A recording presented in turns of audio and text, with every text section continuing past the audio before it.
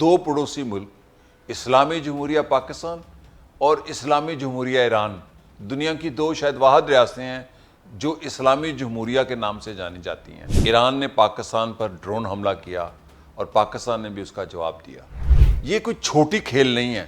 اگر آپ پچھلے 7-8 دن کی یا 10-12 دن کی زیادہ سے زیادہ خبریں اکٹھی کر لیں اس سارے خطے میں، جس میں لبنان، جس میں غزہ، یمن، ایران، پاکستان، عراق اور شام، تو آپ کو اس حملے کی اور رد عمل کی سمجھ آ جائے گی۔ لیکن امریکہ جنگ سے ڈر رہا ہے، اسی لیے ہم دیکھتے ہیں کہ بائیڈن کوشش کر رہا ہے کہ اسرائیل لمٹ کراس کر گیا ہے۔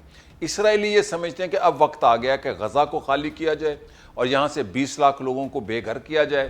میرا سوال بڑا سادہ ہے، یہ جتنے جو عراق میں جہادی گروپ تھے، یہ جتنے جو جہاد کے سیریا میں گروپ تھے، یہ جتنے جو جہاد کے یہ جتنے گروپس ہیں، یہ اسرائیل پر حملہ کیوں نہیں کرتے؟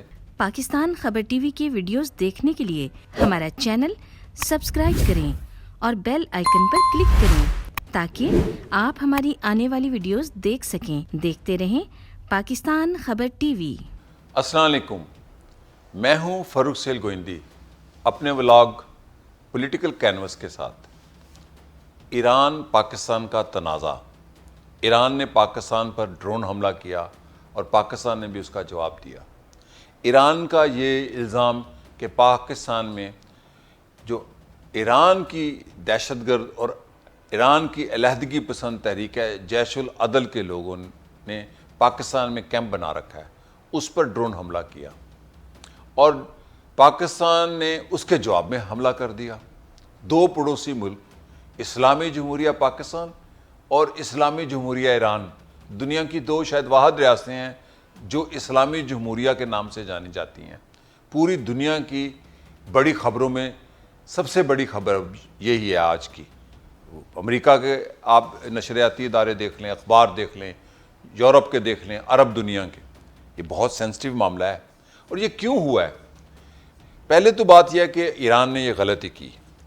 اگر پاکستان میں جیش العدل کے کیمپس ہیں تو ایران کو اس کا اوپن احتجاج کرنا چاہیے تھا اور پاکستان پر دباؤ ڈالنا چاہیے تھا سیاسی اور سفارتی کہ ان کیمپس کو ختم کریں۔ لیکن آپ لوگوں تک یہ خبر کم پہنچی۔ چند ماہ پہلے، 4-5 مہینے پہلے بھی ایرانیوں نے حملہ کیا جیش العدل کے اس بیس کیمپ پر، جہاں پر وہ پاکستان کے اندر قیام پذیر ہیں، جو دہشت گرد ہیں ایران کے لیے، اور جن کو ٹرین کرتا ہے موساد، اسرائیل والے ٹرین کرتے ہیں اس کو۔ یہ بہت کمپلیکیٹڈ کھیل ہے، حقائق بڑے تلخ ہوتے ہیں۔ تو اس وقت ایرانی کمانڈو پاسداران انقلاب کے لوگوں نے آ کے ان کو مارا اور کچھ کو قید کر کے لے گئے اور پاکستانیوں کو پتہ نہ چلی، یعنی کہ پاکستان کے سیکیورٹی اداروں کو۔ یہ ہوا کیوں ہے؟ یہ کوئی چھوٹی کھیل نہیں ہے۔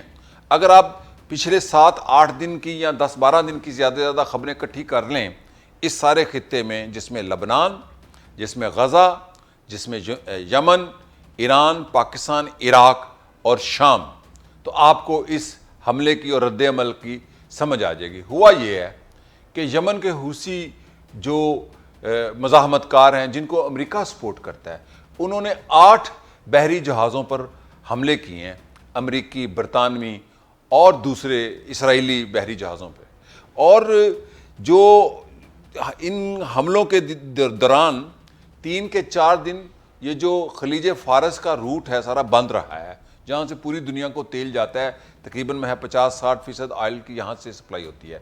یمنیوں کے ان امریکی بحری جہازوں پر حملوں نے اور برطانیہ کے بحری اور اسرائیل کے بحری جہازوں کے حملوں کے بعد دراصل خطے کے اندر پراکسی وار بڑھی ہے۔ اور اس کا ایک اور میں آپ کو واقعہ سناؤں۔ تقریباً 8-9 روز پہلے بیروت میں جو داہیے کا علاقہ ہے، جہاں پہ حسن نصر اللہ رہتے ہیں، جو بیروت کا سبب ہے، وہاں پر اسرائیل نے پہلی دفعہ ایک میزائل مارا اور حماس کے نمبر 2 اہم لیڈر، القسام بریگیڈ کے جو نمبر 2 لیڈر ہیں، جو حماس کا ملٹری ونگ ہے، اس کو اس کے گھر پر مار دیا۔ یہ 40-50 سالوں میں پہلی دفعہ ہوا ہے کہ اسرائیل نے ایسے میزائل مار کر، اسرائیل نے لبنان کے اندر میزائل مار کر ان کی سوورینٹی کو چیلنج کر کے اس حماس کے لیڈر کو قتل کر دیا. اور یہ وہی ہیں حماس کے لیڈر جو شہید کیے گئے، جنہوں نے یہ اکتوبر میں اسرائیل پر حملے کی تیاری کی اور منصوبہ بندی کی. اب اسی کے ساتھ ایک خبر اور بھی ہے. 8-9 دن پہلے ایک سائبر اٹیک کیا اسرائیل نے بیروت ایئرپورٹ پر، اور بیروت ایئرپورٹ کے سارے جتنے کمپیوٹر تھے اور وہ جو ٹریولنگ کا سکیجول آتا ہے وہاں پر اسرائیلیوں کا قبضہ تھا کہ یہ ایئرپورٹ جو سا ہے اس کو بند کیا جائے، اور اس ایئرپورٹ سے جو اسلحہ آتا ہے ایران سے، جو پیسہ آتا ہے، ہمیں اس کا سارا علم ہے. یعنی کہ یہ جنگ کے وہ نشانات ہیں جو بہت اہم ہیں. اور اسی دوران ایران نے ایک اور کام کیا ہے. 2 روز قبل عراق کے اندر اربیل جو کردستان کا علاقہ ہے، وہاں پر جو علیحدگی پسند تھے ایران کے، جن کو موساد اسرائیل ٹرین کرتا ہے، ان کو ان کے مرکز پر حملہ کر کے سارا برباد کر دیا. اس کا یہ اگلا ٹارگٹ تھا، اور ایرانی کہہ رہے ہیں کہ ہم نے اربیل میں حملہ کیا، جو کہ اسرائیل وہاں پر کیمپ بنائے بیٹھے ہیں. اچھا، اس جنگ میں اب آپ یہ پراکسی دیکھ لیں. میں نے آپ کو یمن، لبنان، غزہ، ایران، عراق، شام یہ بتایا. وہ جو عراق کے اندر موساد کا ٹرین کیا ہوا کردہ جو کیمپ ہے اور مرکز ہے علیحدگی پسندوں کا، اس کو برباد کرنا.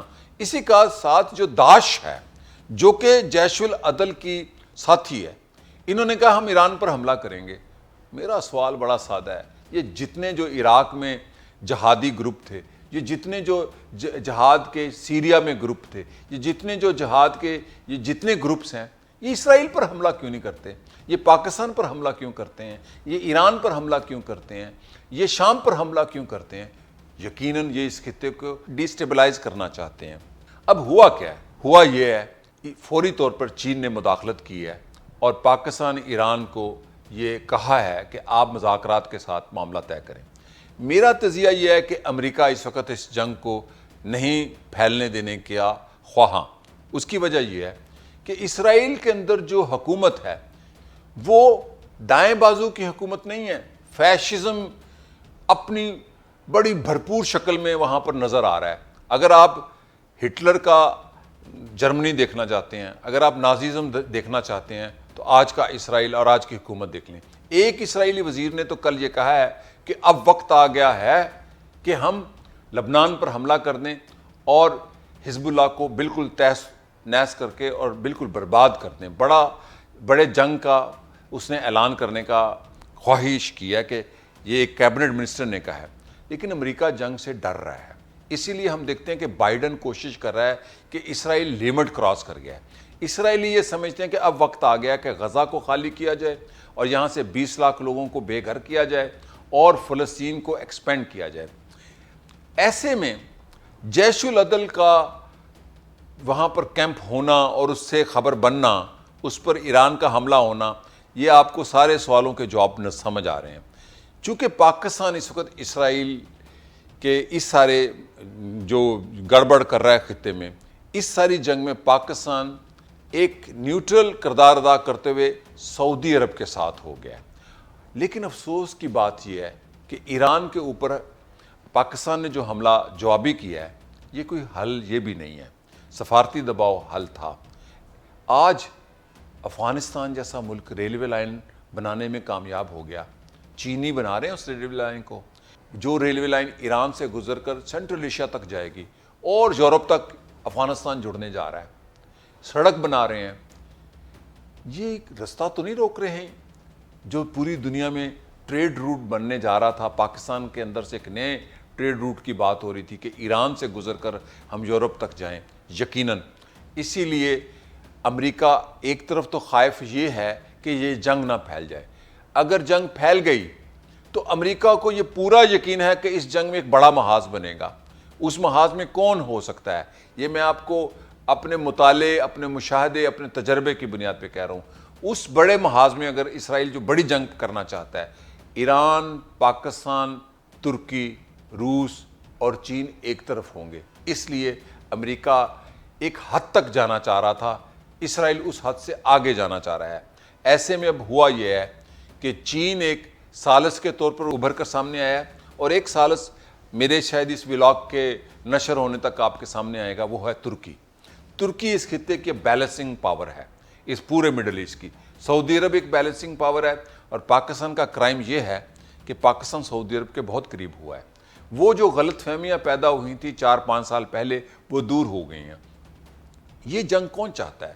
یہ جنگ وہ چاہتا ہے جو پاکستان سے ایران، ترکی، یورپ، سینٹرل ایشیا تک پاکستان کے ٹریڈ روٹ کو توڑنا چاہتا ہے اور پاکستان کو ڈی سٹیبلائز کرنا چاہتا ہے۔ کچھ لوگ تو اس کو بڑے جذباتی فرقہ وارانہ بنیادوں پر لے رہے ہیں۔ میں فرقہ وارانہ بنیادوں پر نہیں سوچتا، میں مذہب کی بنیادوں پر بھی سیاست کو نہیں سوچتا۔ اگر مذہب کی بنیادوں پر سیاست پر سوچیں تو پھر چین کو ہمیں ضرورت نہیں ہے، وہ تو کمیونسٹوں کی حکومت ہے۔ پھر ہمیں روس کی سپورٹ نہیں چاہیے، وہ ہمارے اس وقت اس ریجنل پالیٹکس سے ہمارے نہ نظر آنے والے ساتھی ہیں۔